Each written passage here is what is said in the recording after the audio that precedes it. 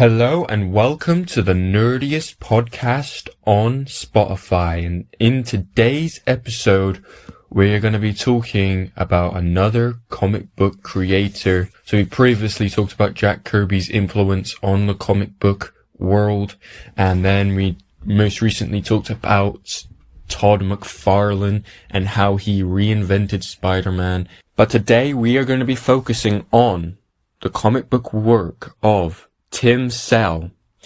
If you know who Tim Sale is, he famously works with Jeph Loeb as well, but we're going to be focusing mainly on Tim Sale's work. Hulk Grey, Captain America White, The Long Halloween, Dark Victory, and Superman for All Seasons, amongst other books that he has made. I love Tim Sale's work. I love what he does with the characters, and I love how Jeph Loeb and Tim Sale both together work really well, and I feel like it's a great combination. So yeah, let's talk about Tim Sale.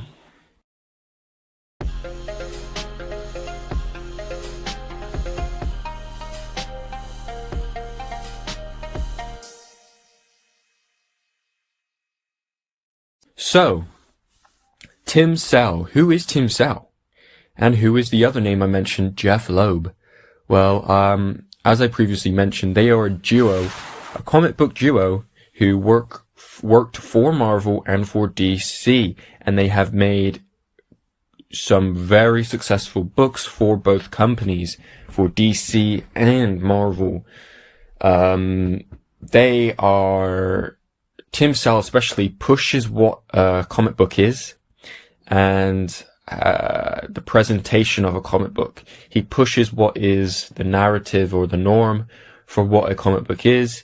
You know, the Marvel style, how we talked about how Todd McFarlane didn't really enjoy drawing in the, Marvel style, Marvel way of drawing characters.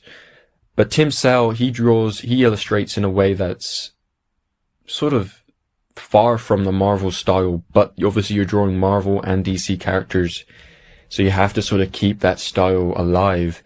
But yeah, I wanted to come on here and talk about Tim Sale especially, but also we will touch upon Jeph Loeb as well, because you can't talk about one without the other, right? I love their body of work. I love what they've done for DC and Marvel. I've read pretty much all of their books. I mean, there's so many books that they've done, but I've read the main ones, right? If you have read some Tim Sale and Jeph Loeb books, you will know what I'm talking about when I say the style of the book is so fresh and so stylized. I just love it. It's just so unique, The Man Without Fear by Miller and Romita Jr., Daredevil, obviously, though that book is very it reminds me of what Tim Sale's and Jeph Loeb's work is, especially the Daredevil Yellow book. We will get into every single book that they have done together, Jeph Loeb and Tim Sale, but I want to firstly talk about who Tim Sale is and his life story. Timothy Roger Sale was born in May 1st, 1956, and was an acclaimed American comic book artist. He was well known for his collaborations with the writer Jeph Loeb on iconic DC and Marvel titles such as The Batman The Long Halloween, Superman for All Seasons, Spider-Man Blue, Captain America White, Hulk Grey, and Daredevil Yellow. His body of work influenced a generation of artists and helped shape the cinematic look of modern Batman films. So, Tim Sale was born on May 1st, 1956, and he has his whole body of work, if you look at it, very iconic, very redefining of the characters. His work in comics started for DC in Batman Haunted Nights, which was the first ever collaboration, I believe, with Jeph Loeb and Tim Sale on a Batman book. So this was their first ever Batman book. And it was sort of exploring the world of Gotham and you know, it's the first instance that we see what the potential for Tim Sale and Jeph Loeb's Batman becomes. I think their most influential book that they did together was The Long Halloween, right? Everybody knows The Long Halloween. Well, not everybody, but, you know, if you know Tim Sale and Jeph Loeb, you will know The Long Halloween is one of their best books, right? If you haven't read it, I would check it out because it's so beautifully crafted, in my opinion. But before we get to The Long Halloween and any other book, let's talk about his early life and his early career as a comic book illustrator, right? Sal began doing art for the series Myth Adventures in 1983 and was soon working on Thief's World. He didn't break into comics, like I said earlier, until he did the first Batman book with Jeph Loeb. That was Jeph Loeb and Tim Sale's first ever comic that they ever did together. But the first book that they created was a combination of specials. In 1989, they would release 3 Legends of the Dark Knight comic books, special, like, mini-series sort of things.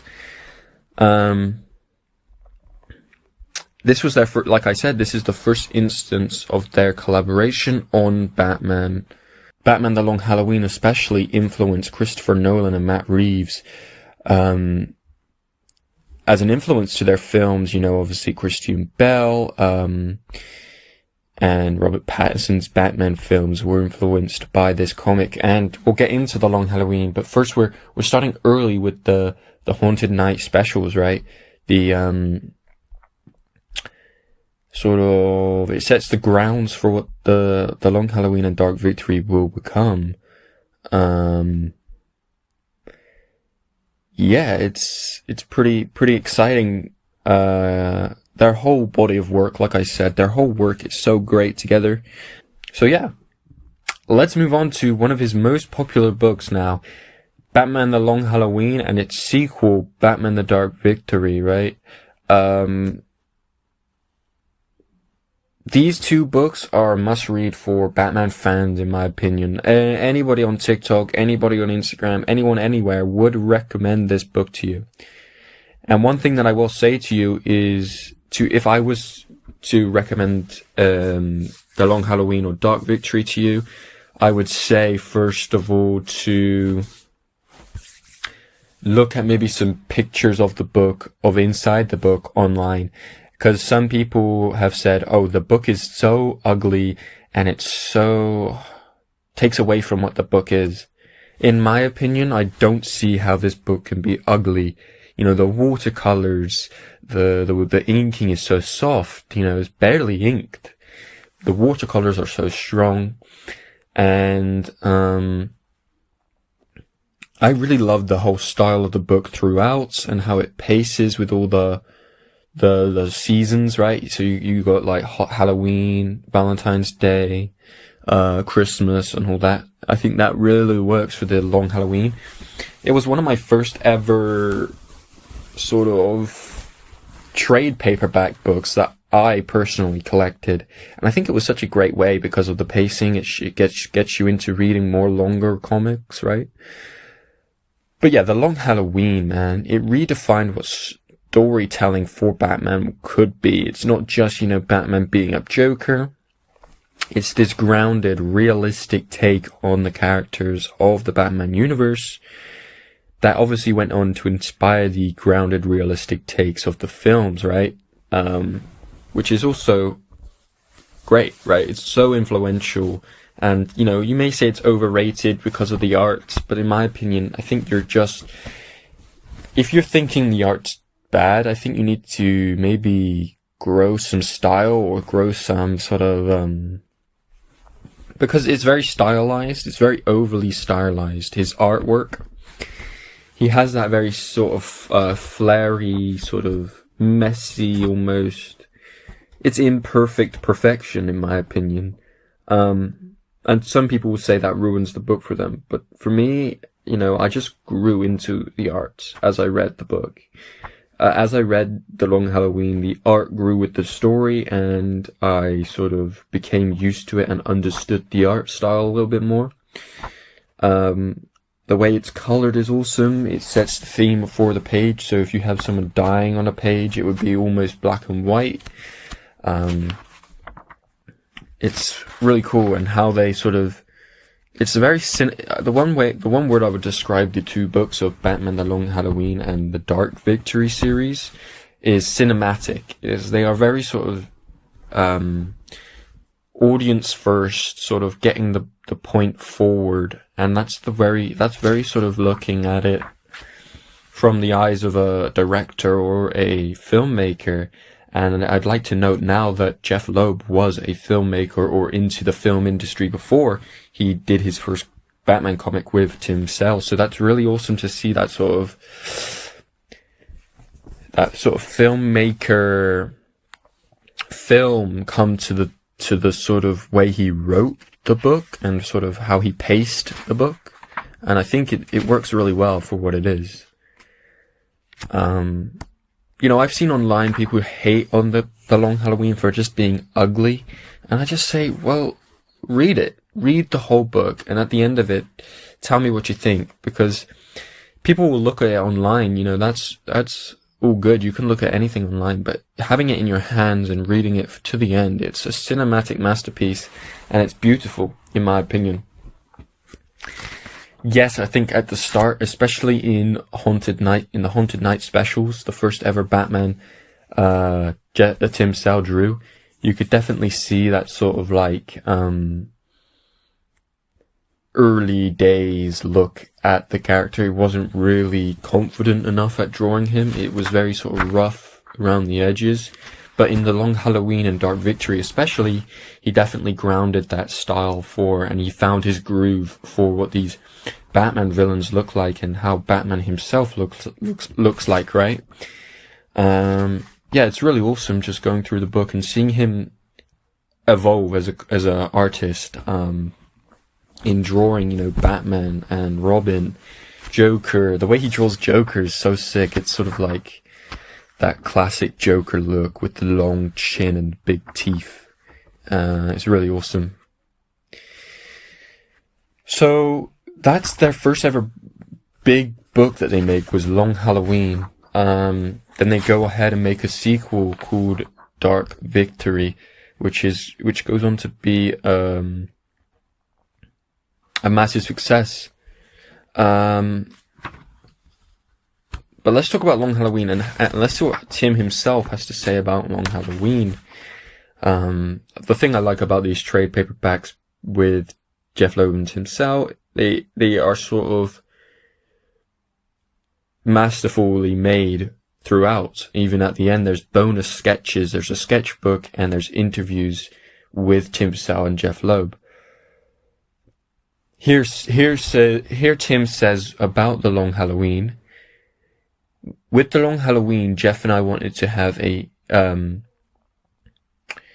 thematic cohesion to the covers, and Jeph came up with the idea of each cover depicting the villain of that month in a setting depicting the holiday highlighted in that issue.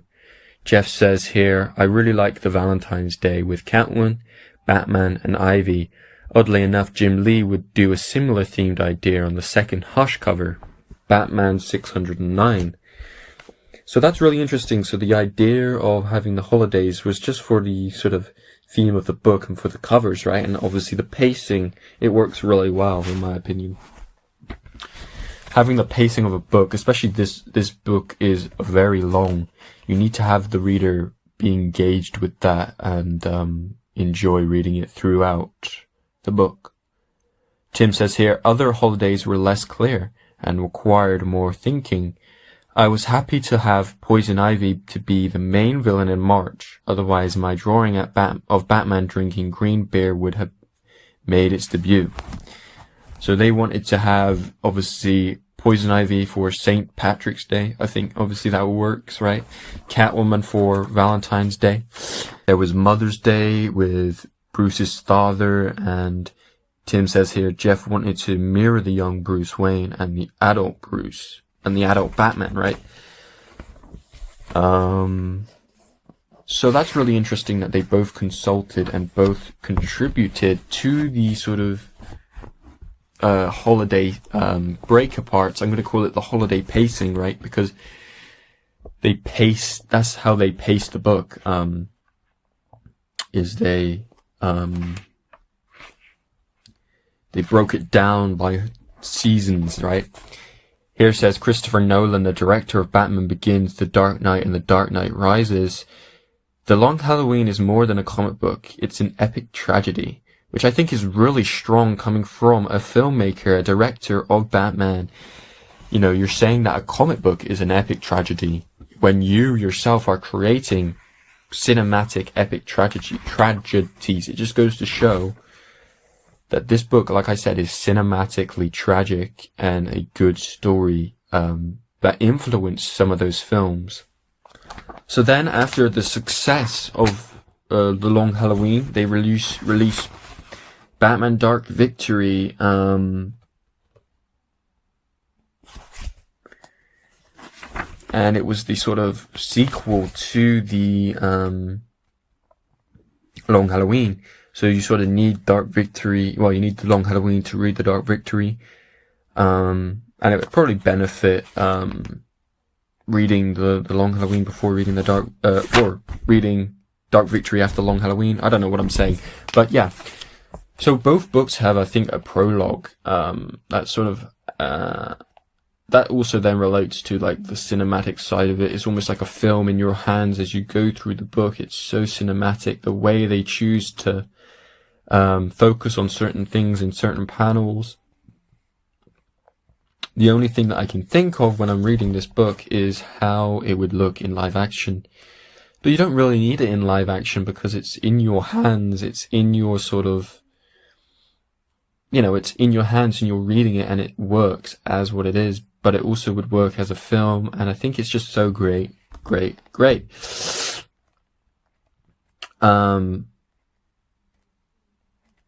I'm just going to rush over the Dark Victory. The way it ends at the end is so interesting. So they introduce, obviously, Robin, Dick Grayson's Robin, in this book, which I think is awesome. I think films need to do that more, is introduce a Robin, because I think without a Robin, Batman's sort of like a loose cannon and he could maybe lose himself a little bit. But yeah, in like chapter 9, I think it is, they introduce a Robin. So this book isn't broken up by seasons. It's broken up by chapters, which I think works because it's such a longer book. You won't have enough seasons to, do it all. So they go through the whole origin story of Dick Grayson, Robin. He goes to the mansion, and yeah, it's really awesome. He becomes, at the end of the book, he becomes the definitive first Robin that we see, and he's fighting, Joker and Two-Face. I'll get into Two-Face in a minute, by the Batman side. As I just said, I'll get into Two-Face in a minute. That's literally been like 5 seconds. The Two-Face, or should I say Harvey Dent, is a very predominant character between these two books, and he's sort of like the overarching character of The Long Halloween and Dark Victory. So in The Long Halloween, in the first one, he is Harvey Dent, and then he gets into the accident, right? And then in Dark Victory, he's the Two-Face. So I think it's really cool if you read them back to back and see the evolution of this character and how it affects Bruce Wayne and Batman. And their relationship in this is really awesome. It's not really been done before, having Harvey Dent be friends with Bruce Wayne. So yeah, that's Batman The Long Halloween and Dark Victory. They decided to create a Long Halloween animated show, as they like to do for comics, very successful comics. And And The Long Halloween became a New York Times best-selling classic book. And Jeph Loeb and Tim Sale, the duo, earned an Eisner Award for their work on what they'd done for Batman. And then that will set them up as comic book creators. So those were their first early stuff that they did, and it was for Batman, and it was really awesome.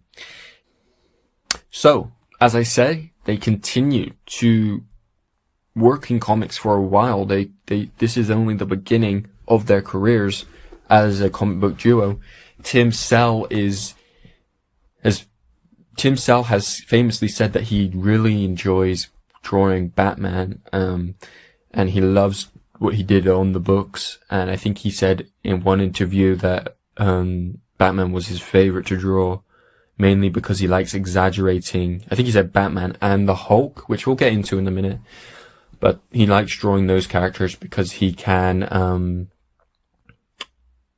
exaggerate their proportions. He likes exaggerating things, right? So yeah, that's awesome, right? So yeah, Jeph Loeb was a writer and producer, and he worked in television before working into comic books. And you can see the transition between, maybe the cinematic side of working in television transcribe into these books. I think you can really sort of see the roots of the cinematicness of what a television episode might be, and then seeing it in the book. I think it really works really well. So yeah, guys, so that's their Batman books. Some of my favorite Batman books, 100%. I loved reading them so much. Really awesome book. But then they got into some more uncharted territories, I feel like. And they challenged themselves, especially Tim Sale, in the way of drawing. Before the legend, before the icon, before the Man of Tomorrow, there was Clark Kent, a young man coming to terms with the awesome powers that fate had granted him. So Jeph Loeb and Tim Sale started to work on a Superman story for DC, and this was their sort of next book after Dark Victory, which obviously were very successful Batman books, but now they're going into uncharted territory for Superman, Jeph Loeb, Tim Sale, they like choosing, I don't know if they choose to do Superman, but throughout looking back on their work together, they definitely chose really popular characters, Hulk, Captain America, Spider-Man, Superman, and Batman, just to name a few. Those are really popular characters for Marvel and DC. So it's very bold and it's very brave to pick up a character such as Superman as well. And the whole world of Superman is very overwhelming. You have Clark Kent, you have Lois Lane, you have Lex Luthor, you have Metropolis, you have, Smallville. But I think this is probably one of, if not the most, or if not the best Superman stories, in my opinion, for me personally. Because I love telling people this fact. I love talking about this book so much. I like telling people the fact that this book isn't a Superman story. It's more of a Clark Kent story. It's more of him coming to terms with the world, the city, living in the city, but also being Superman at the same time. This book starts off with Clark Kent leaving Smallville. It doesn't do his origins, it jumps right into the book with him as already living with Pa Kent and Ma, whatever her name is. What's her name? Ma Kent? I can't remember. But the way he draws, the way Tim Sale draws, the way he draws Clark Kent, for me, is really beautiful, because he draws him as this great friendly giant. And like I said previously, he likes to exaggerate characters. For Hulk, he likes to exaggerate their muscles, their capes, their eyes, And I think that really works well off of Jeph Loeb's writing as being cinematic and sort of very sort of... It's almost like it could be a television show, right? So, yeah, the way he draws Tim Sale's Clark Kent is just so awesome to me. I really love what he does with making him, you know, many Clark Kent illustrations, they make him look like a normal guy. But Tim Sale makes Clark Kent look like Superman in disguise, which is what he is, right? Clark Kent is Superman's disguise, and Superman is Superman is Superman, right? You know, this book, it sort of shows the relationships that he builds. So the book ends with him ending up with a job at the, Daily Planet, or what's it called? Yeah, Daily Planet in Metropolis, and it ends with him flying off in the Superman suit over Daily Planet. So it's sort of like a pre-origins on how he became Superman. But not necessarily... No, it's not really necessarily how he became Superman. It's more how he became Clark Kent and how he set up that whole life for himself. Leaving Smallville and entering Metropolis. It's just so iconically fun, and I love this book so much. The way he illustrates Superman as well, flying around in his red cape. Really cool. Something that I think he does really well in this book as well is the watercolors that he uses is so insane.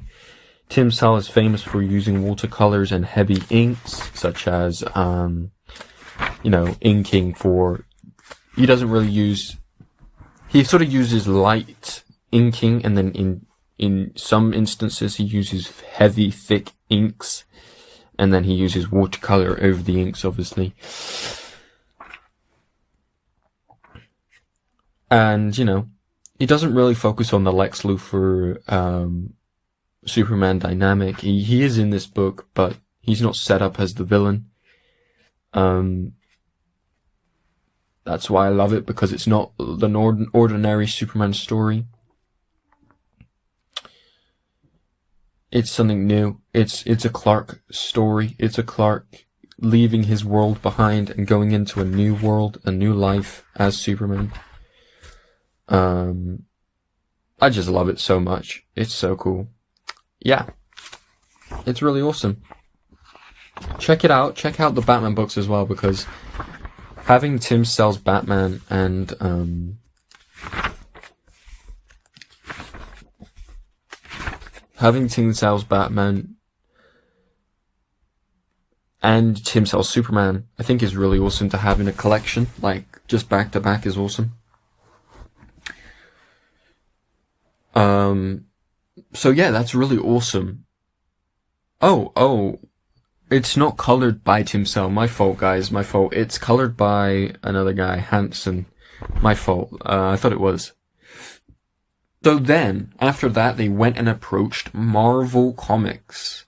And the way they approached it was, really interesting to me. They they started what is known as the Marvel Comic Color Series, which is basically a series of books that are sort of standalone books, like the previous Batman and Superman books, Superman for All Seasons and Batman Long Halloween, sort of standalone graphic novels, right? But then they sort of pick and choose some of the most famous characters from Marvel and do a centered book around them, do a few issues centered around that character. The Marvel Color Series by Jeph Loeb and Tim Sale, some of the strongest comics, I think, to date. They were released over the course of the early 2000s, so a little bit after The Long Halloween and Dark Victory and their DC work. They first started work on the 2001 Daredevil Yellow series, which so I have every single color book. It's one of my it was one of my lifelong comic collection goals, and I'm luckily and fortunate enough to have the privilege to read every book that they have created. So they first released Daredevil Yellow, and we're going to go through each color book, and I'm just going to describe what the book is about. So the color books sort of follow the same guidelines of being very emotionally driven, and they have romantic elements in some of them. The only one that doesn't really have romantic elements is Captain America White, which we'll get into later. But the first one that they released in 2001 was Daredevil Yellow for Marvel, obviously. Daredevil's a Marvel character, right? We got Matt Murdock, we got Foggy Nelson, and we have got Paige, right? What's her name? Forgot her name. This is not good. Her last name is Paige. I know that for sure. Karen Page. How did I forget that? I don't know. So the book, summed up, pretty much, is a life journey. It's not an origin story. It's not a new beginning for the Daredevil character. It goes into the book knowing what Daredevil is, knowing the character, knowing Matt Murdock, knowing the pre-established Marvel universe, right? So the first Marvel book that Jeph Loeb and Tim Sale co-created was Daredevil Yellow. Obviously, Jeph Loeb writing and Tim Sale illustrating, and I love his art in this book. The way he sort of uses color and how he uses motion. He there's a big, I'm looking at a page right here, and it's a page, and it's got, when they have like 4 different Daredevils all in different movements, and it shows movement on the page, right? So this book, it sort of centers around Daredevil's trauma, Daredevil's upbringing, and Daredevil's sort of, or should I say Matt Murdock's sort of rough upbringing. The first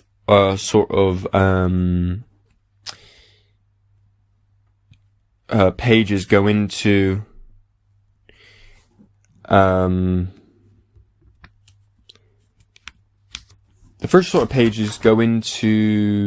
battling Jack Murdock, who is obviously Matt Murdock's dad is Jack Murdock. Goes into a lot of Jack Murdock and their relationship, and it sort of shows goes into depth into what and how Jack Murdock dies. Obviously he gets mixed up with all the mafia, and he sort of gets gunned down, and then that starts the Daredevil sort of thing. And I really like how they implemented Daredevil. It's sort of not an origin story, but it shows how trauma shapes him to be the Daredevil that we know and love. I love Daredevil. I think he's an awesome concept, and I really love this book. I think out of all 4 of the color series, which we'll get into in a minute, I think Daredevil is probably one of my favorite ones. I would read any Daredevil book. So this was my second Daredevil book that I've ever read, and it makes me want to read more. So the first one that I read was Man Without Fear by, obviously, Frank Miller. Awesome book. But I really wanted to read this Daredevil Yellow because that book made me want to read more. And I wanted to read more Daredevil.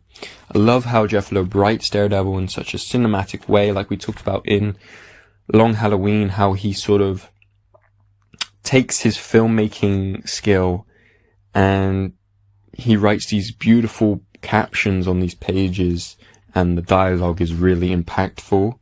I really enjoy how he writes Matt Murdock in this. Really awesome. I think it's a really strong book, and it's a strong start for the color series. Tim's first choice of shot is not always his last. He was faced with the challenge at the end of the book, at the end of book 1, of showing Daredevil's power and readiness, and at the same time introducing the reader to the costume. Unless you were a long-time fan of Daredevil, you might not remember that his original costume was yellow, and not the red devil outfit he is known for today. So obviously this book is called Daredevil Yellow, and Daredevil has his original yellow costume in this, which I think is a big central part of the character, because the whole yellow color scheme is from Battling Jack's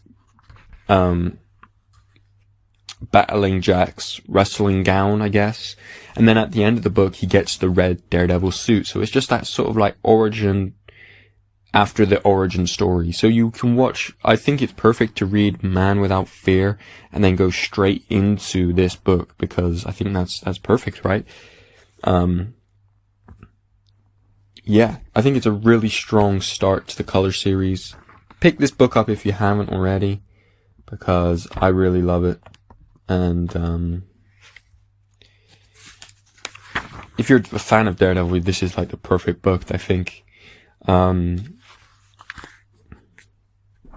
It says here, one of the hallmarks of Tim's artwork is his incredible attention to detail. Comic books are not just about big fights and costumed heroes. For Daredevil Yellow, Jeph and Tim spent as much time working with the supporting cast of Foggy and Karen as with Daredevil and Matt Murdock. Each character had to be clearly defined. Choice of clothing, use of hand gestures, and facial expressions are all things Tim has to take into consideration. Upon reading the script several times, Tim did thumbnail breakdowns on the script itself to give him a sense of the rhythm and pace. As is typical in Tim's work, in the first panel he provided the reader with an establishing shot, the desk, the window, and all the objects that in a movie you would call set dressing. So, obviously, creating a comic book, you know, if anybody here has created a comic book before, you have to set up the page and the theme and the feel of the book.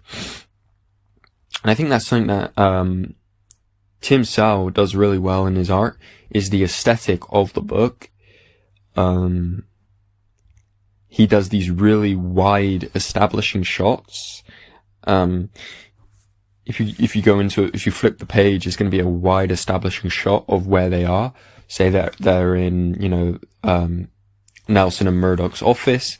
He would do a wide shot of that just to show the desk, the chair, you know, Foggy and, you know, Karen.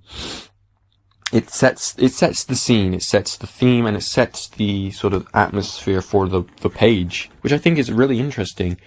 I am really into creating comic books, creating books and trying to tell a story through multiple pictures and panels. It's one of the appeals of comic books for me, is that every page is different, and every page is sort of a challenge to get the reader into what you're trying to tell in the story, right?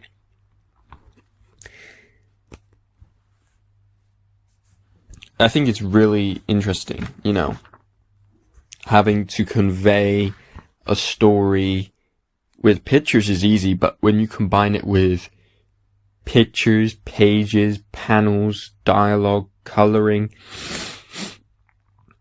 when you have that, when you consider that, you can sort of then see it will come together at the end. Coloring is so important in comic books as well, because it sets that theme, like I said. And I think coloring in this book, Daredevil Yellow, is used really well, because obviously Daredevil is yellow, and the whole world around him is sort of toned down just a little bit. And I think that's perfect, because obviously Matt Murdock is blind, right? So he cannot see anything. But as a reader, you can get that sort of vibe from this book, that, you know, it's Daredevil's the main character, but, you know, his surrounding world to him is a dark blur almost. It says here about Tim Sal, ever the perfectionist, Tim rethought the page even though it required starting all over again. In the final ink-washed page, Daredevil is turned square to the camera, his body is leaner, and his face is exposed. Although this was not exactly what Jeph called for in the script, he was the first to admit that it was much more powerful overall. So obviously, Jeph Loeb and Tim Sal have that sort of relationship where they can trust each other in the sense that they can get things done in the way that they sort of want to. And I think it works really well. So yeah, that's Daredevil Yellow. It came out in 2001. It's 6 issues long. It's only a mini-series. And this was the start of something really awesome for Marvel and for Jeph Loeb himself. The Marvel Color Series, so that is pretty awesome, right? If you have read the Marvel Color Series, I think Daredevil Yellow is probably the strongest one in my opinion, personally. Story-wise, I think it's all good, but the story I think is very special, and I really enjoy Daredevil Yellow. Go check it out. Let's get into the next color series that came out in July of 2002, which is Spider-Man Blue. Now this is probably the most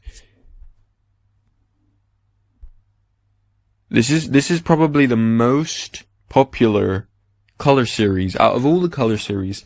This one's probably talked about the most. So in 2000 and what was it? I forgot already. Hold on. So in 2002, Jeph Loeb and Tim Sale teamed up again for Spider-Man Blue. Obviously, Spider-Man, awesome character with an awesome ensemble of heroes, villains, lovers, antagonists. You know, it's an awesome universe. And Jeph Loeb and Tim Sale just dived right in, and they created one of the best love stories for Spider-Man about Gwen Stacy.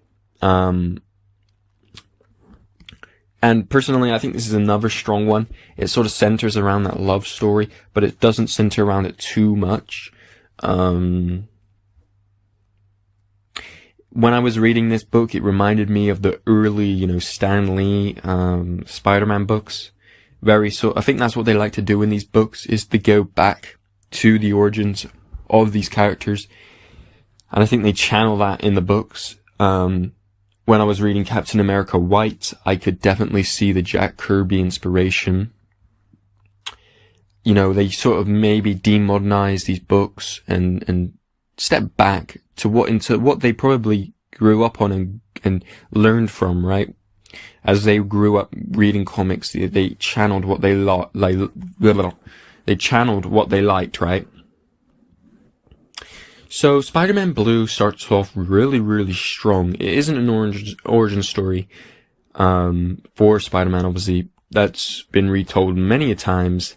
But the book starts off with Spider-Man and Green Goblin, and right off the bat, Green Goblin knows Spider-Man is Peter Parker. So it's a really strong start for Spider-Man Blue in the first issue. And it's the book is narrated by Peter Parker, who is recording on this sort of recorder, but it's the Peter Parker in the future, and he's looking back on these events and talking about Gwen Stacy, right? So if you don't know who Gwen Stacy is, he's a love interest for the character of Spider-Man and for Peter Parker. She perishes, but he's talking about Gwen Stacy and feeling guilty for not being able to save her. So the book starts off, like I said, with Green Goblin and Spider-Man battling it out, and it's a very tense situation for Spider-Man. The place where they start fighting, it blows up, and it's a really strong start for Spider-Man Blue. And then the whole plot starts to evolve into a love story when Spider-Man meets Gwen Stacy, and in chapter 2 he's sort of I really like this book because it shows what I love about the Spider-Man universe and the Spider-Man roster of villains and heroes. He fights the Rhino, he fights Scorpion, he fights the Lizard, he fights Green Goblin, like I said. He fights all these characters. But it's sort of interweaving with the romance side of the book, which is introducing Gwen Stacy and what's her name? I forgot now. MJ. So they're introducing MJ, and it's sort of becoming like a love triangle. MJ is in love with Peter Parker, and Gwen Stacy is in love with Peter Parker, and I think Peter Parker is in love with Gwen Stacy. So it's sort of like a little bit of a love triangle.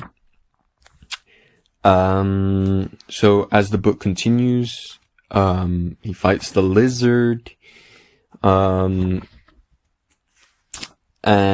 he fights the, what's his name? The Vulture, is it? No, it's not the Vulture. It might be the Vulture, actually. So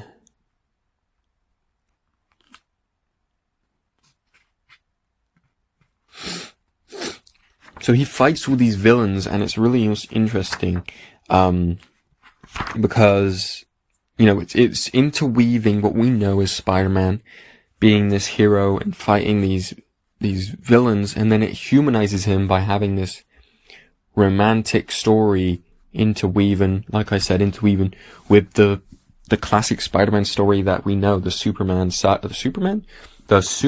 side of Spider-Man. Or you could just say Spider-Man and then Peter Parker's story, and they're sort of combining that. So it keeps it fresh, and it makes you want to read on. I really love this book. I think it was really good. I enjoyed the Gwen Stacy and MJ sort of like, dynamic with Spider-Man. And what else can I say? I mean, it's really beautiful. The art is awesome. Oh yeah, he fights, Doc Ock as well, and he fights Kraven. So the last issue, it all builds up to issue 6, where he fights Kraven the Hunter, who has been hunting him down and trying to find out who his identity is.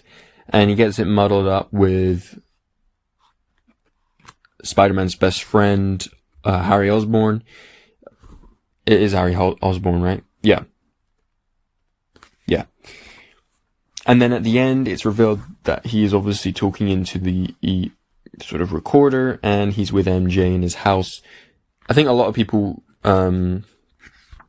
sort of like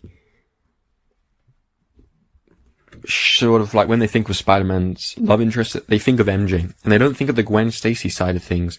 But I think Gwen Stacy obviously was Spider-Man's first love interest. And in this Spider-Man Blue book, they sort of, not necessarily rush it, but they sort of introduce both. So it becomes a very awesome dynamic, in my opinion.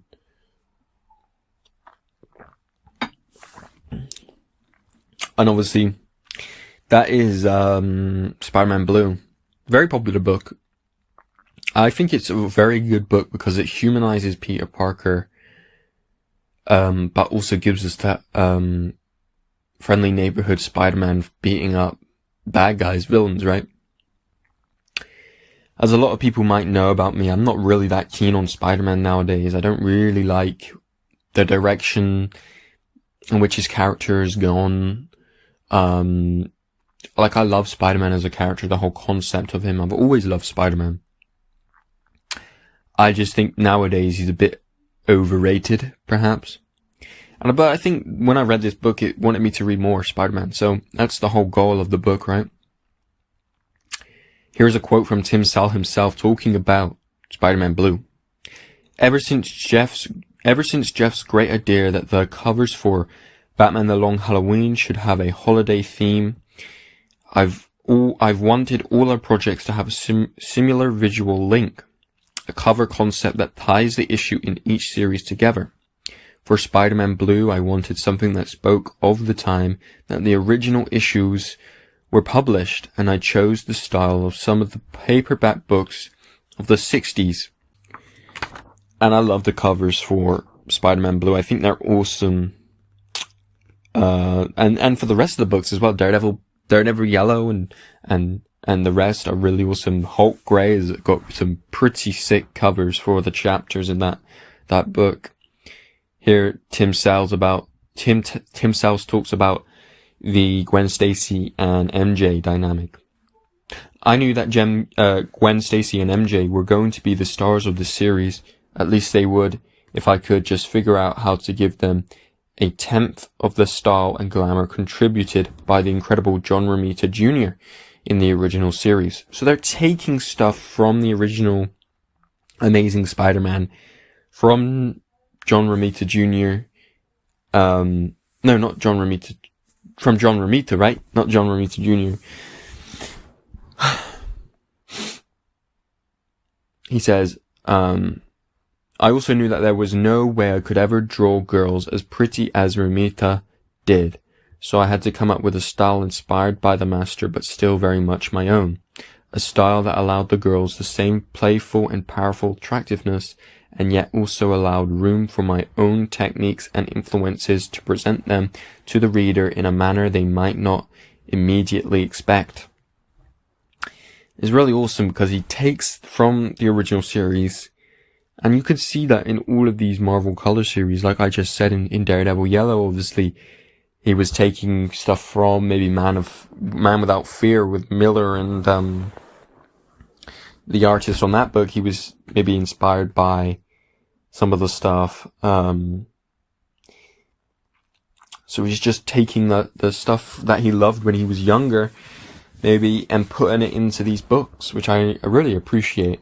And I love when comic books do that. So this is what Loeb has to say about Spider-Man Blue. He says, this was indeed the greatest challenge in doing Spider-Man Blue. It wasn't the story, it wasn't the dialogue, it wasn't where the story was going. Tim had to find his own voice and still respect the amazing work created 30 years ago by John Romita. Sometimes that would mean that some pages took Tim twice as long as usual, but I think you'll agree that Tim's struggle to find his own voice was ultimately successful, and that with Spider-Man Blue, Tim added his name to the shortlist of great Spider-Man artists. So he wanted to pay homage almost to Romita, and he didn't want to mess it up, so he was taking a while developing that style, which I think is really awesome. You could tell that he put a lot of effort into designing these characters. But the work that he done on this book, I think this was the most, I'm gonna have to say, this is probably the most beautiful art from Tim Sale yet to date. I think this is where he really sort of came into his own, but he was also inspired by those early issues of Spider-Man, which I think helps his style grow. To say, though, it's the biggest Tim Sale style, I think is not fair, because he's obviously taking inspiration from other artists. But yeah, that's Spider-Man Blue, which came out in 2002, after Daredevil Yellow. I think it's really good. I think it's pretty strong for what it is. I don't know if it's my favorite. You know, obviously I do love Spider-Man, I do love Gwen Stacy, I do love Aunt May. I love all the villains in the book. I don't think it's my favorite, though. I think it's maybe a close second for sure. But we'll rank them at the end, all 4 books, which I think is my favorite Marvel color series from Jeph Loeb and Tim Sale. So yeah. So after Spider-Man Blue, we had Hulk Grey in 2003, which is a miniseries for 6 issues.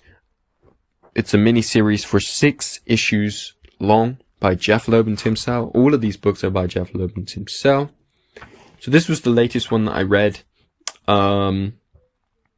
It's centered around, obviously, Hulk, and it's got romantic elements like the previous 2 books, but it's not as strong as Spider-Man Blue. It's from the perspective of, I love how these books are narrated as well. I would love to note that they are sort of set up in the first pages of being narrated by, you know, certain character. For instance, in this book, the Hulk Grey is narrated by Bruce Banner, who is talking to his psychiatrist or therapist, and he sort of just goes over some events of his life as Hulk. So in the first few pages, we see what Hulk gets up to, and after his accident. So obviously it doesn't go through his origin story because I think this is a book made for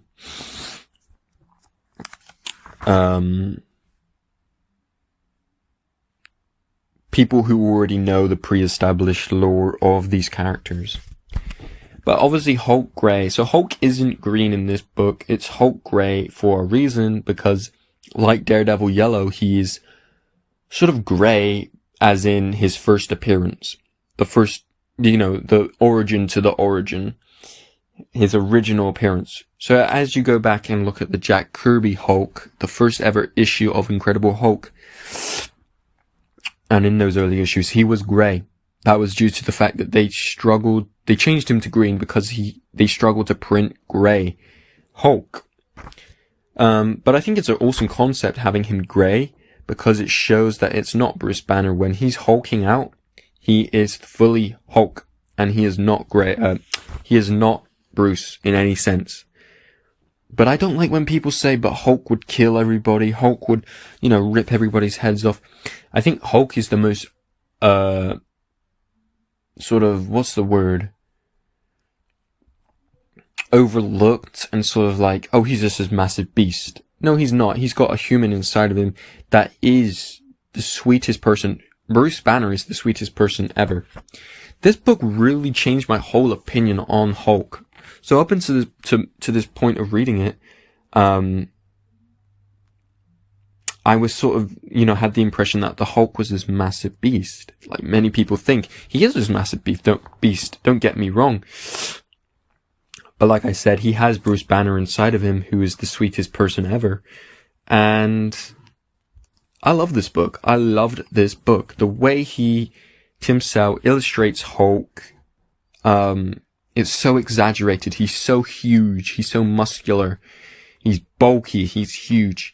And I think that's what the Hulk should be, especially in a comic book. You gotta exaggerate these things because you don't have CGI, you don't have sound effects. So yeah, Hulk Grey, I think was really strong as well. I think all of these books are strong on their own. I think they work because you have to have this sort of pre-established idea of what these characters are, but they're sort of unavoidable in the comic book community. If you watch a film, Hulk's going to be present in a Marvel. In some way, he's going to be present, and everybody knows what Marvel is, what Hulk is, and what Spider-Man is, and what Captain America is. One thing that I was really surprised about was, in the ending of chapter 3, Iron Man makes an appearance, and I thought that was such a sweet touch. I will get into Iron Man in a minute, but, so Iron Man makes an appearance, and he's sort of told to take down the Hulk, right? But Tim Sale chose to do the Mark 1 gold suit. So this is literally fresh off the press Iron Man. So it's before the first ever Iron Man, suit. It's Mark 1, right? But it's just gold, right? So I think it's really interesting to have, it's like their own universe. It's so awesome because they're taking the original characters and putting them in such a book that is so modern. You know what I mean? It's written in a way that's like a film. So it's like you're taking these, it sort of reminds me of like the Fantastic Four film, the MCU film, where it's like a modern time, but with a aesthetic of like the 60s and 70s, which I think is awesome. But yeah, Iron Man, Tony Stark, makes an appearance, and he starts fighting the Incredible Hulk. We didn't get into Betty at all, so obviously there's Sergeant, what's his name? Sergeant Thunderbolt General Ross, right? And then there's Betty Ross, who is the daughter to the General. Obviously General Ross becomes the Red Hulk, in the comics, but that's not established in this book yet. But Betty is a very constant character throughout, and Hulk is, obviously Bruce Banner is in love with Betty. and he sort of, obviously when you're Hulk, when you're looking like Hulk and you steal a woman, people are going to hunt you down, especially if your father is General Ross, right? But he's so misunderstood. His character is so misunderstood. He just wants to be left alone with Betty, and he wants to fix Betty when he accidentally hits Betty. And then he tries to fix her, but everything he does is like a mistake. Which I think is a very good sum up of what the Hulk character is. He's a mistake, right? He shouldn't have been the Hulk, right? So Betty, sort of, their relationship develops. That's the sort of romantic aspect to this book. And as I said, it's narrated by Bruce Banner throughout, which I think is a really nice note. One thing that I really appreciate about these books is that they're short and snappy. I think if they went on for a little bit too long, I think it would have ruined it for me personally. They're short and snappy, they're beautiful, and yeah, I really like it. So at the end of the book, it's sort of summed up to a climax where Hulk and Sergeant Ross are in this confrontation. Betty sort of calms the situation down, and Hulk flies away into the night. And then it's set up so that it goes into the Green Hulk, the classic Green Hulk that we know and love in Marvel today. So it ends with the Green Hulk flying off. It ends with Bruce Banner and his therapist talking, and then he gets a bit angry and he turns into the Green Hulk. So obviously you have the Bruce Banner, then you have the Grey Hulk, then you have the Green Hulk, and I really love that Grey Hulk vibe of the character. It's sort of like his primitive state. Green Hulk, I like to think, is maybe like common ground between Bruce Banner and Hulk. I think Grey Hulk is just Hulk, in my opinion. But yeah, it's really awesome. And then the book actually ends with Green Hulk looking at a picture of Betty, and he starts crying. And I think that's so impactful because you're seeing this hulking beast cry.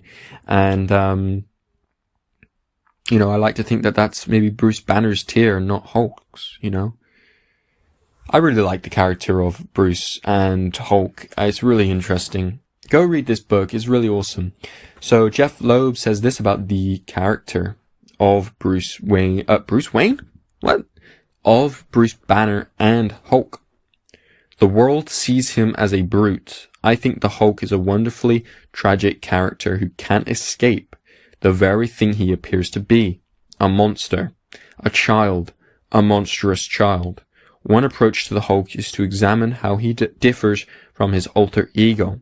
The Hulk always was far more complex than just an eyed on the loose. What? He had a distinct personality from Banner and hated Banner. He was, and to this day in some form still is, incredibly twisted. He saw Banner as his prison guard who kept him in a dark place. And Banner, at the beginning, really couldn't remember all of the things that the Hulk did. The Hulk had his own agendas, as foggy as it could be, and that's where we begin. What did the Hulk want and why? So he's sort of talking about the early days of Grey Hulk. And I think that just goes to show that he probably had in his mind that the Hulk's primitive state was the Grey Hulk, right? This isn't Bruce Banner, this is fully the Hulk. Tim Sell says here, with the previous color books, Spider-Man Blue and Daredevil Yellow, I had emotional connections to the story we told because I had read them as a child. That was not the case here. Nevertheless, I was always intrigued by the character of the Hulk, the immensity of his power and his physicality, which surrounds a simple, innocent, childlike mind. He struck me as being the 4-year-old who wants what he wants, and he wants it now. Except with the Hulk, when he wanted something and couldn't have it, he would bring down a building or a cliff or throw a tank across the desert. I really like the sort of this line where he says, the immensity of his power and his physicality which surrounds a simple and innocent childlike mind. That is so powerful, bro. That's so powerful. Because obviously that's what Hulk is. He's not the smartest. He reflects the sort of childlike mind that Bruce Banner differs from in so many ways. Bruce Banner is the smart one, right? But the Hulk always has been, since his first issue, that dumb brute's character. But then Jeph Loeb says that he's seen as a brute by the world, a monster, a monstrous child, but he differs from the alter ego, and he's far more complex than just a monster on the loose, right? And he's, I think it's really cool. I think this me is my favorite sort of character that they chose, because it makes sense to me. Obviously, Hulk Grey makes sense as a title, but then the characters, they understand this character really well, especially Jeph Loeb. I can tell he really enjoyed doing this book. Here's Tim Sale talking about The Incredible Hulk. He says here, given that I had no real history with the character, I needed to find an emotional in, and since in large part the Hulk is based on Frankenstein's monster, I looked at the Frankenstein's 1931 movie, where in it there is a scene where the monster is befriended by an old blind man and his young granddaughter. Her innocence and youth allowed her to accept the monster at face value. Tragically, as they are playing on the shore of a lake, the monster hears soldiers coming to capture him, and his frightens the girl. In an effort to keep her quiet, he unintentionally kills her. This is the inspiration for the bunny rabbit scene in issue 3, and served for me as the springboard for the series. So that bunny rabbit scene was so crazy to me. I really enjoyed it. It's such an impactful scene. I love those few pages on this book. If you've read this book, you know what I'm talking about. But yeah, the Hulk sort of befriends this rabbit, but he has it in his hands. And obviously the Hulk is massive, and he crushes the bunny unintentionally. And the way he talks about the rabbit in that scene is really quite crazy to me. But yeah, Jeph Loeb says here, when Tim and I first started talking about Hulk Grey, I wanted to tell a story that took place in the first 24 to 48 hours of the unleashing of the Hulk. It takes place more or less in between the original Incredible Hulk issue 1 and Incredible Hulk issue 2. Right after the Gamma Bomb went off, the insanity that ensued when Banner disappeared and the Hulk appeared. How General Ross simply took control of the surrounding area and pretty much had the authority to do whatever he wanted, and that's not necessarily a good thing. There's a theory that in a homicide, if it isn't solved in the first 24 to 48 hours, the trial usually goes cold and the case is much more difficult to solve. It is the immediacy of the action and what follows that interest me, and thankfully Tim caught that urgency in a bottle. Yeah, it's really cool. This book, it covers a lot in the sort of 6 issues that you have with the character. It sort of just covers Bruce Wayne. I always do that, bro. Bruce Banner, Hulk, General Ross, Betty, and their dynamics all together, and the sort of urgency to find this creature of the night, I think that's really cool. Jeph Loeb says here, I like the raw energy and emotion of the Hulk. What is so amazing about the character is that he transcends the simple Jacqueline and Hyde black and white metaphor, because the Hulk has an innocence about him that Hyde never had. There are people, Ross in particular, who see the world in black and white. There is a clear line between good and evil. In Ross's mind, the Hulk is a monster. There is no other choice. But what the Hulk brought out to all the supporting characters was a matter of grey. He wasn't purely evil, but he was a mean SOB who was not to be messed with and could trash the army. The metaphor of a black and white world played really well into the idea that for a short amount of time, the Hulk was grey. My hope was that we'd all seen a green Hulk, and by the time the story ends, and we do, and it's startling. But only because we spent so much time with this creature who we really don't know, the elements of the unknown is always very attractive to me. So he talks about black and white and grey, and he says that Hulk is that grey space between black and white, good and evil, right?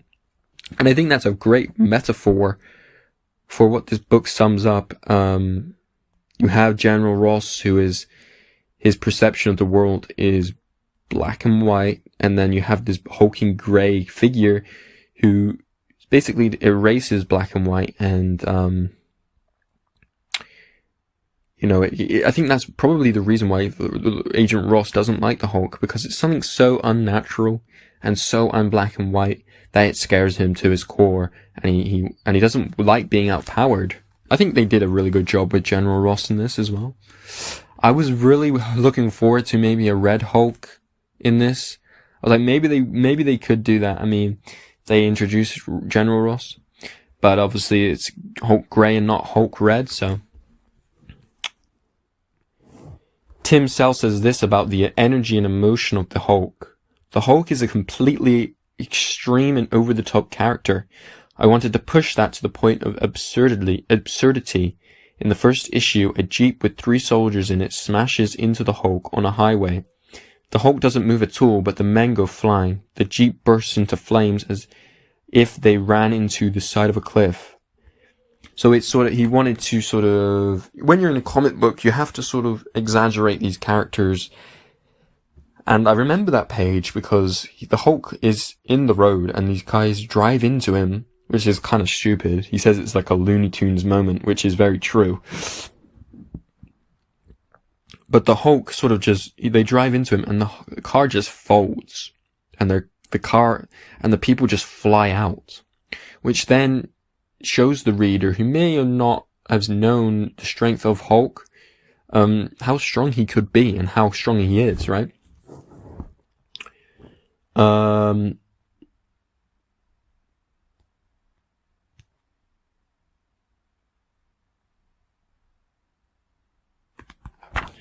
Yeah. So it's really awesome.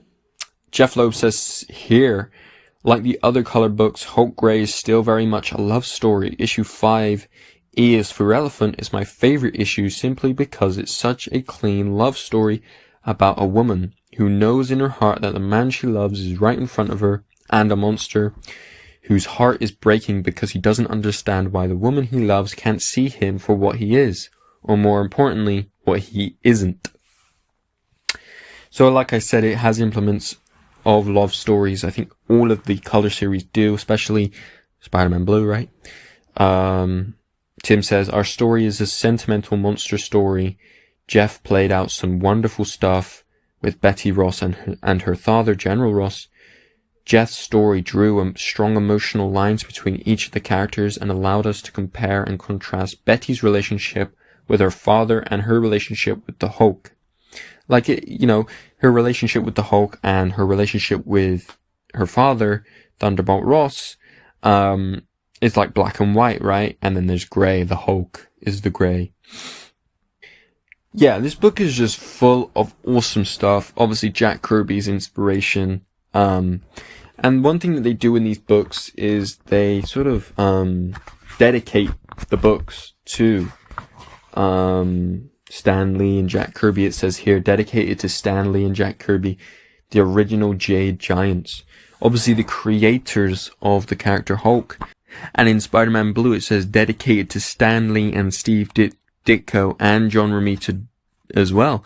Webheads all. So these books are sort of love stories to the original creators of the comic book characters that we know and love. Here's Jeph Loeb on how Tim Sell conveys the Hulk. The Hulk is one of the characters, like Batman's cape, that defies conventional rules of artistic expression. He is literally bigger than life. What I liked so much about Tim's choices in panel structure were when the Hulk and often Ross were too big for the panel, they're angry, their emotions were breaking out of the panel, and he loved that. So, when you're drawing a comic book, you've got to use up the panel. And if you're drawing someone who's angry, say the Hulk, you've got to fill that. He's quite larger than life, the Hulk, obviously, he says. I think the bigger presence you have in the panel, it really works, right? Tim Sale here says, the Hulk and the desert just seem to go together perfectly to me, since Jeph wanted to do a story that takes place in the 24 hours since Banner's first becoming the Hulk. So as I said earlier, Iron Man makes an appearance in this book, and I love the way Tim Sale draws Iron Man. But this is Jeph Loeb talking about that Iron Man cameo in this book. We brought in Iron Man to show the two sides of mankind. That whereas science has turned Banner into this raw form of humanity, it has turned Tony Stark into a high-tech Iron Man.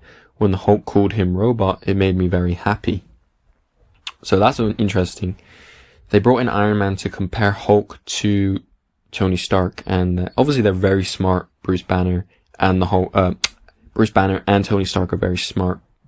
I love how they were. I love Tony Stark's and Bruce Banner's relationship in the Avengers films. Really awesome. Tim Sale's, this is Tim Sale drawing Iron Man. Drawing Iron Man in the tin can was a lot of fun to play with visually. It was logical to bring him in. Stark worked for the military and had no emotional connections to Ross, Betty, or the Hulk, or even Rick Jones at this period in time. We were able to use Iron Man as a dramatic foil and avoid a storyline involving the Toad Men, the Ringmaster, or the Cold War paranoia you'll find in some of the early Marvel books. Yeah, I think it was necessary to have that cameo by Iron Man, just as like a pick up halfway, and it didn't need it, but it's sort of fun, right? It's just fun. It's awesome.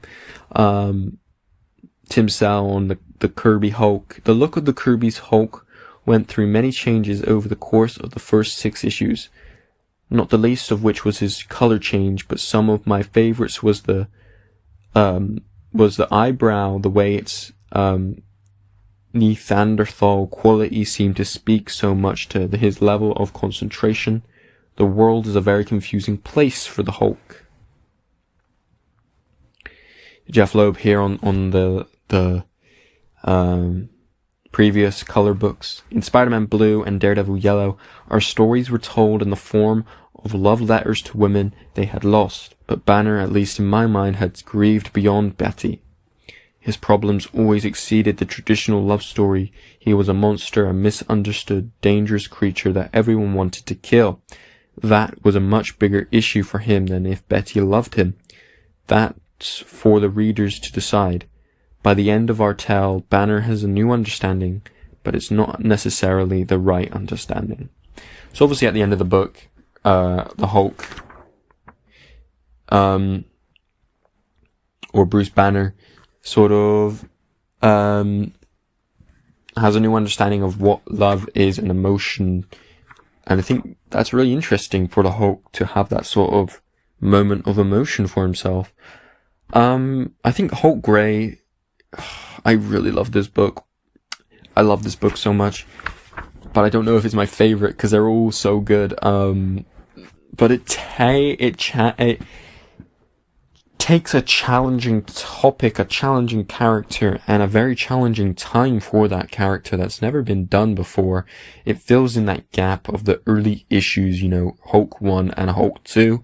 And I think it's perfection at its finest, and the way they went about it was really awesome.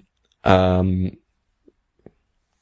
I just love this book, man. Check it out, Hulk Grey by Jeph Loeb and Tim Sale. So now we are on Captain America White, which was the last color series book to release, which came out in 2008.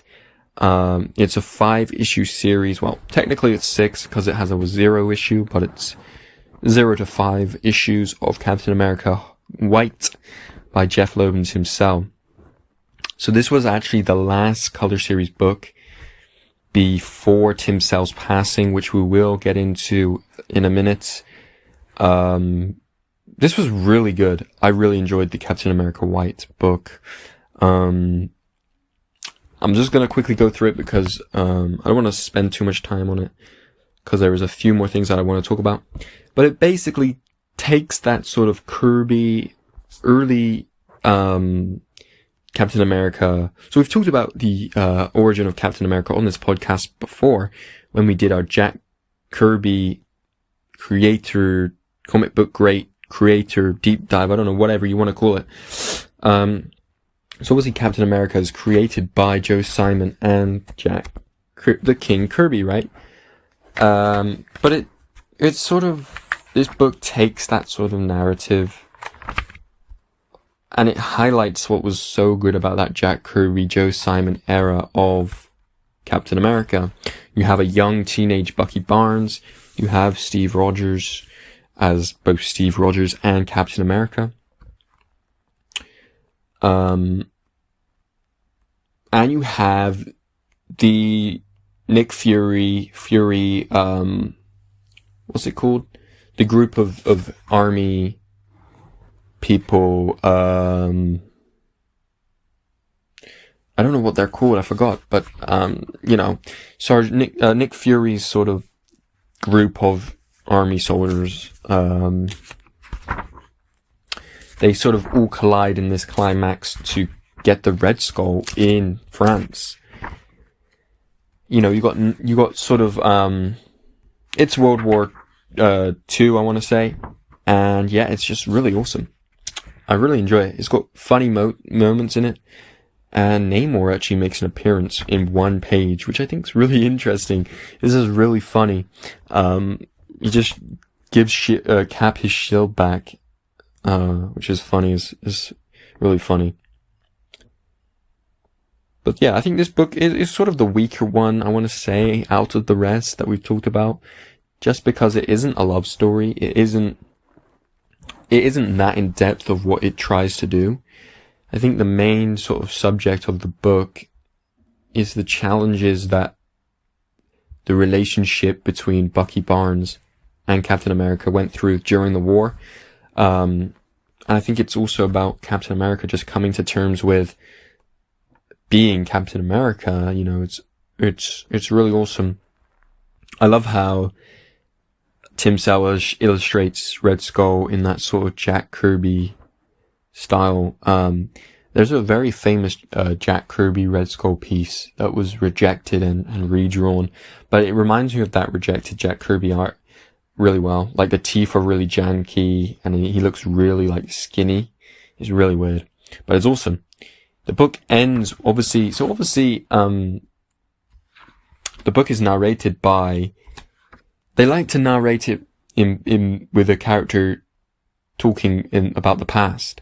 So it happened in Spider-Man, Hulk, and in Daredevil, I want to say. I think that's narrated by Matt Murdock. But in this one, Captain America is talking about him, obviously he's in modern times, and he's talking about taking down the Red Skull in the peak of his career, I guess. At the end of the book, it's revealed that obviously he's unfrozen out of the ice and he's coming to terms with leaving Bucky Barnes. Bucky Barnes is now dead, right? He's obviously the Winter Soldier, but at the time he didn't know that. And he's sort of mourning his partner's death, which is really awesome. Well, not awesome, but is an awesome subject to tackle in a Marvel book. Also, the art is really awesome. You can really see Tim Sale's style start to develop, which is unfortunate because we didn't get any more color series books. But yeah, that is Captain America White. The best way to describe it is probably to go read it yourself, because I can't really describe it. But yeah, let's talk about let's hear what they have to say about the creators, the storytellers. What do they have to say about these books? So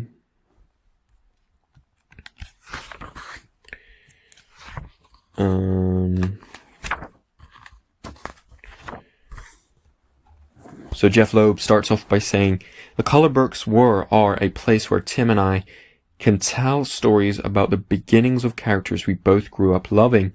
There is this unifying theme of colors in that they are in all of the lives of these characters. Tim Sell says, the conceptual aspect of the color books just follows in a tradition that I am proud of sharing with Jeph. We come at what we do, the stories we tell with great joy, but also a sense that we always want a feeling of something special, of the fact that these were the characters I read as a teenager, these Marvel characters. Never read DC growing up, only Marvel. There was a freshness to them that I had no historical context for, just a strong feeling that things were being done with them that were more exciting and unlike anything else I'd ever seen. I suppose I'm trying to catch some of that lightning in a bottle feeling I experienced as a 13-year-old boy when Jack Kirby were frying my brain. So obviously, the color books are paying homage to the original creators and the comic books that they love growing up. And I think that's why they work so well. It's because there's passion and there's love for these characters since an early age in these storytellers. Tim Sell says, I was struck with something as I read Jeff's scripts for Captain America White. That is the fact that I was bored to death with Stan Lee's 60s take on Cap's anguish over Bucky's death, and how one note it was when Rick Jones became the surrogate Bucky, and how Jeph can make the same basic facts so much more fun and fresh and sad at the same time. So yeah, that was their first sort of last color book in the series of color books. We've had Daredevil Yellow, Hulk Grey, Spider-Man Blue, and now we're on Captain America White, which was the last time they sort of teamed up as well before the passing of Tim Sell, which is very, very obviously very sad. But yeah, there were original plans I saw online when I was doing research for this episode of a 5th color book in the Marvel series called Iron Man Gold, which obviously very exciting. I got very excited when I saw that. There's very little information other than the title. I mean, you could have done so many other color books. You could have done, Thor book. You could do like Thor, like Orange or something. I don't know. Thor Silver. You could do Iron Man Silver, Iron Man Gold, Black Panther. You could do Doctor Strange. I would just love to see Tim Sell illustrate all these characters. A Wolverine one, some X-Men. You could have done some X-Men color books. That would have been awesome. Like a Gambit color book. Gambit Purple would have been perfect. But yeah, those are some cool concepts that we're never gonna see, unfortunately. But yeah, the idea of an Iron Man Gold would have worked so well. Could you imagine an Iron Man Gold color book series with Jeph Loeb and Tim Sell? I love the way Tim Sell illustrates Iron Man already. I think it's really awesome. I would have loved that. I really would have.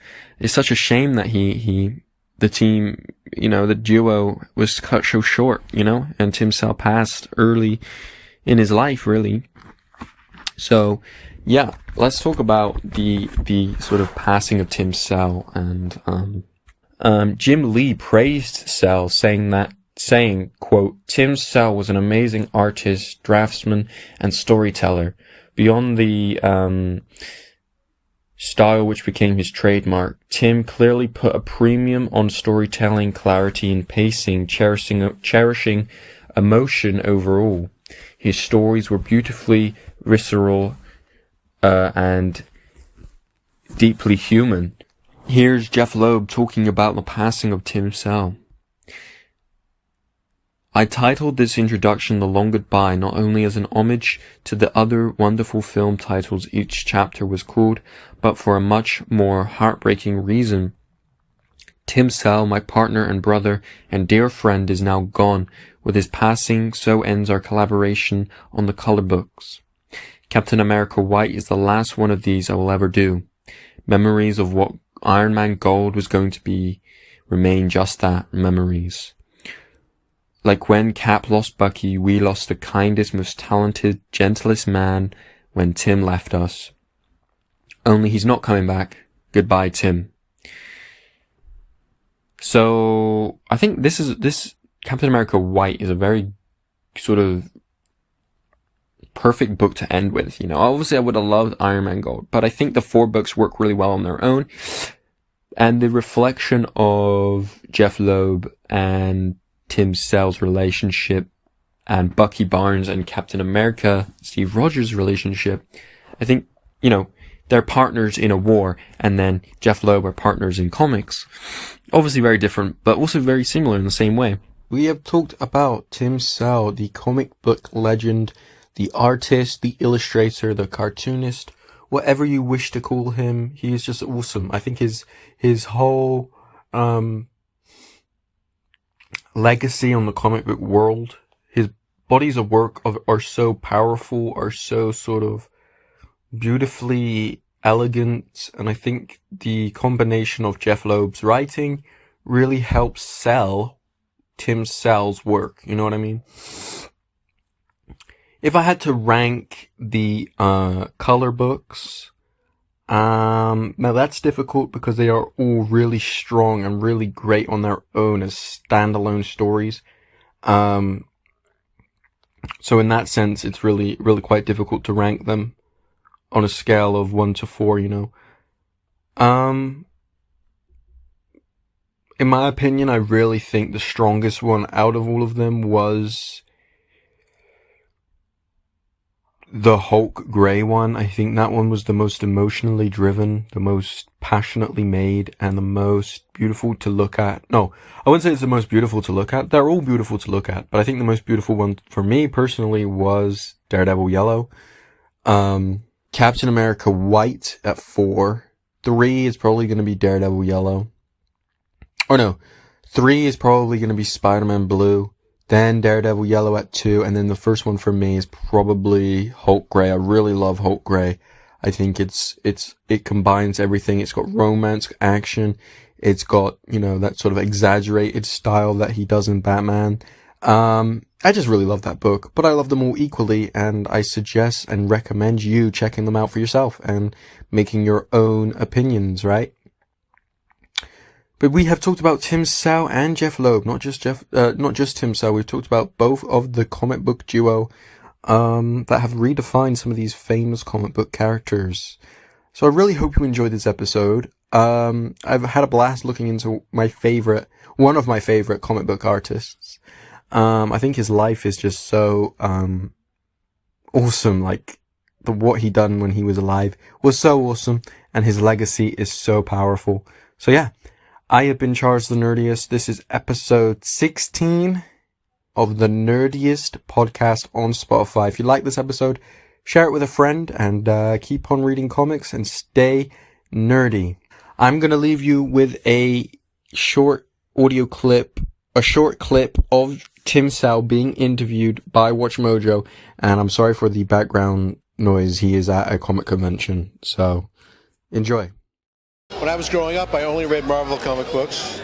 Most of my career I've worked for, well, both Marvel and DC, but I'm probably best known for Batman. I love drawing Batman. My favorite Marvel character to draw is the Hulk. And it's partly because the way I draw, I really exaggerate a lot of things, and you can't give the Hulk too many muscles, and Batman's cape is always great fun to do. My style has evolved a lot over the years, and I draw more like a European artist in many ways than a US artist because of that exaggeration that I was talking about, and I'm not really smooth. But I didn't know I was going to draw like that when I was starting out or young. I thought I was going to have to try to conform more, and so I just kind of evolved into it, and luckily I was successful at it. Is it ever nerve-wracking to have to redefine these iconic characters and to wonder if the No, fans... that's the fun about it. Well, it was nerve-wracking in the beginning, until people knew who I was. That was probably Batman the Long Halloween, my first biggest thing. And that's drawn in that really weird, exaggerated style. And once that was successful, I felt kind of free to reimagine things however I wanted to.